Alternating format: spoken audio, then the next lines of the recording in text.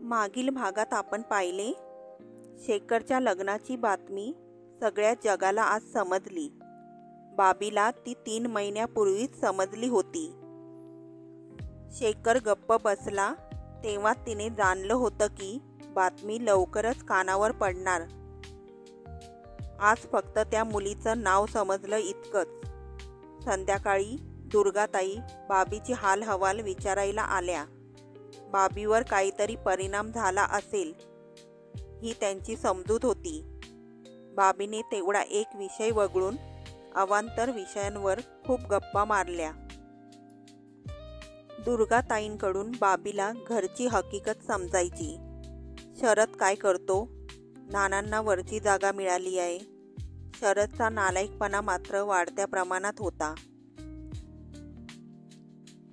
शरद अद्यापी तसाच होता. त्याच्यात फरक तर सोडाच, उलट वाढत झाली होती.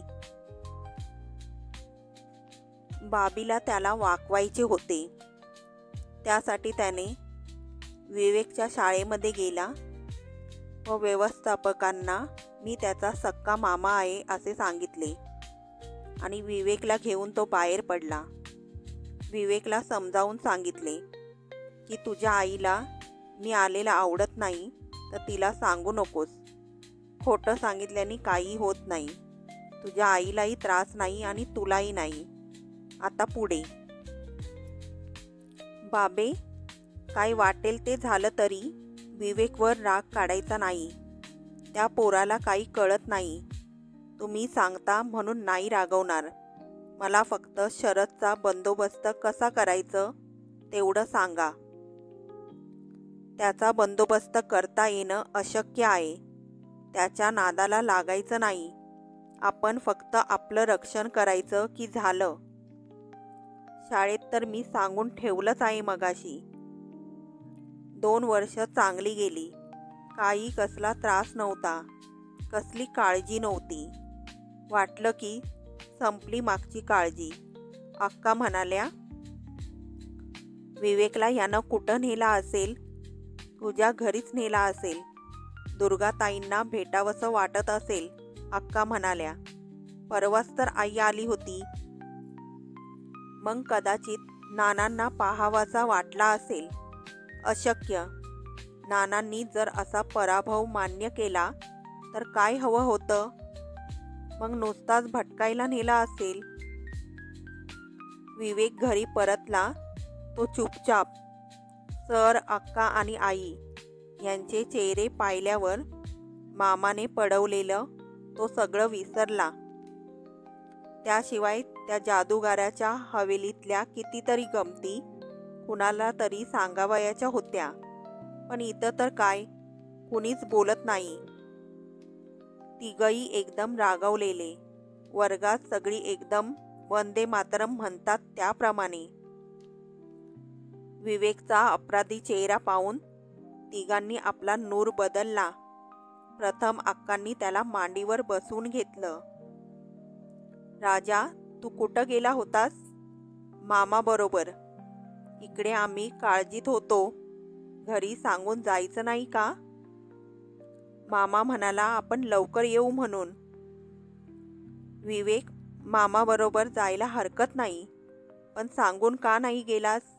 बाबीनं असं विचारताच विवेक पटकन म्हणाला, तुला कुठं आवडतं मी मामाशी बोललेलं? मुलगा उलट बोलला, पण खरं बोलला. बाबीला आनंद झाला. ती म्हणाली, मला आवडत नाही म्हणून मला फसवायचं ठरवलंस तू? पण मामा म्हणाला, लगेच रडायचं कारण नाही. पुन्हा जायचा नाहीस ना? ह्या प्रश्नाचं उत्तर अवघड होतं. अजून काय काय पाहायचं होतं. मुख्य म्हणजे आईस्क्रीमचा कारखाना. विवेक गप्प बसला. बाबी चढ्या आवाजात म्हणाली, बोल, लवकर बोल. वातावरण तंग व्हायला लागलं. कदाचित बाबी आता भडकेल आणि विवेकला मारेल याची आटले सरांना भीती वाटली. गेल्या 2 वर्षात विवेकचा हूडपणा वाढला होता आणि त्यानुसार बाबीची त्याच्याबाबतची शिस्त आणि काटेकोरपणा सुद्धा. केव्हा केव्हा भरपूर चोप देण्याची सुद्धा वेळ यायची. निर्दयी होऊन ती एवढं पोटच्या पोराला कशी मारू शकते याचं आटले पती पत्नींना नवल वाटायचं.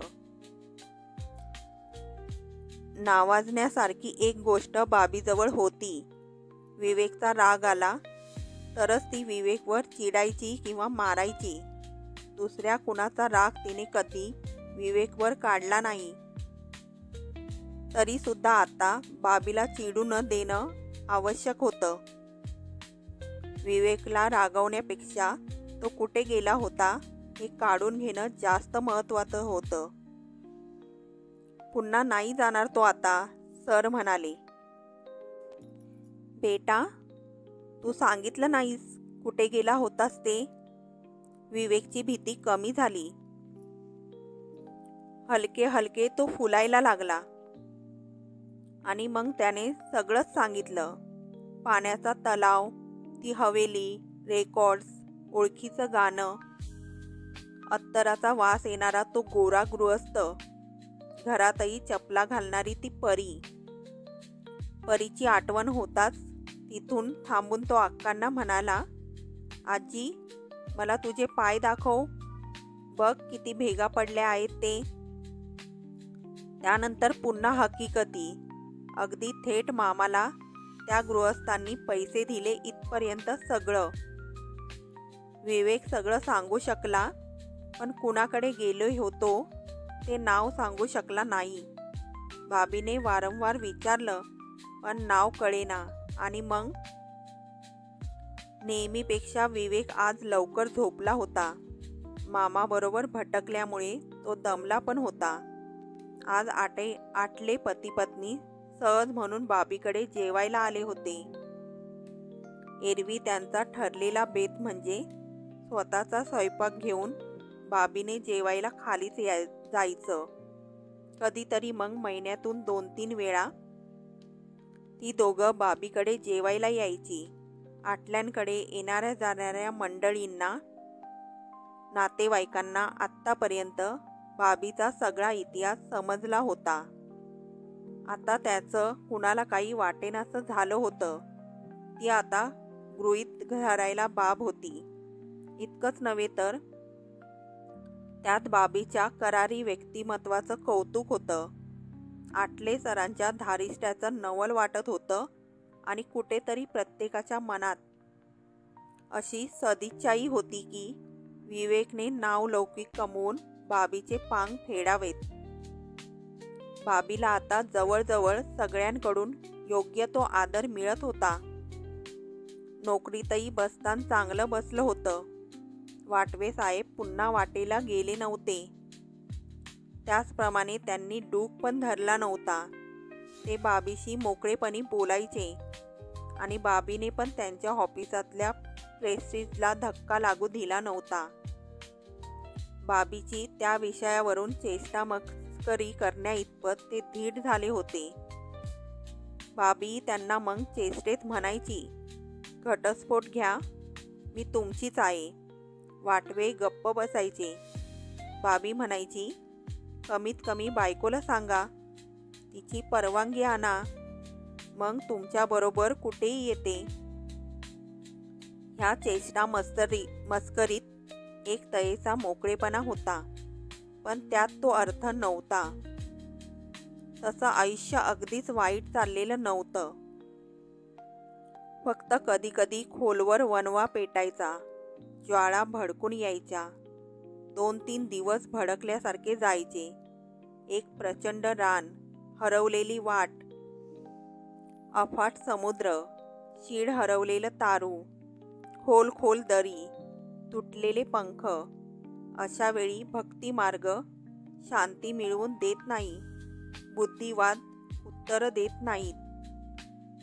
आताही तेच झालं. उत्तर मिळत नव्हतं. सर आणि अक्काई सुन्न होऊन बसल्या होत्या. तेवढ्यात सर म्हणाले, बाबे, माझा एक होरा सांगू का? सांगा. तुझ्या त्या शेखरकडे हा त्याला घेऊन गेला असेल. तिकडे नेऊन तो काय साधणार? अक्कांनी विचारलं.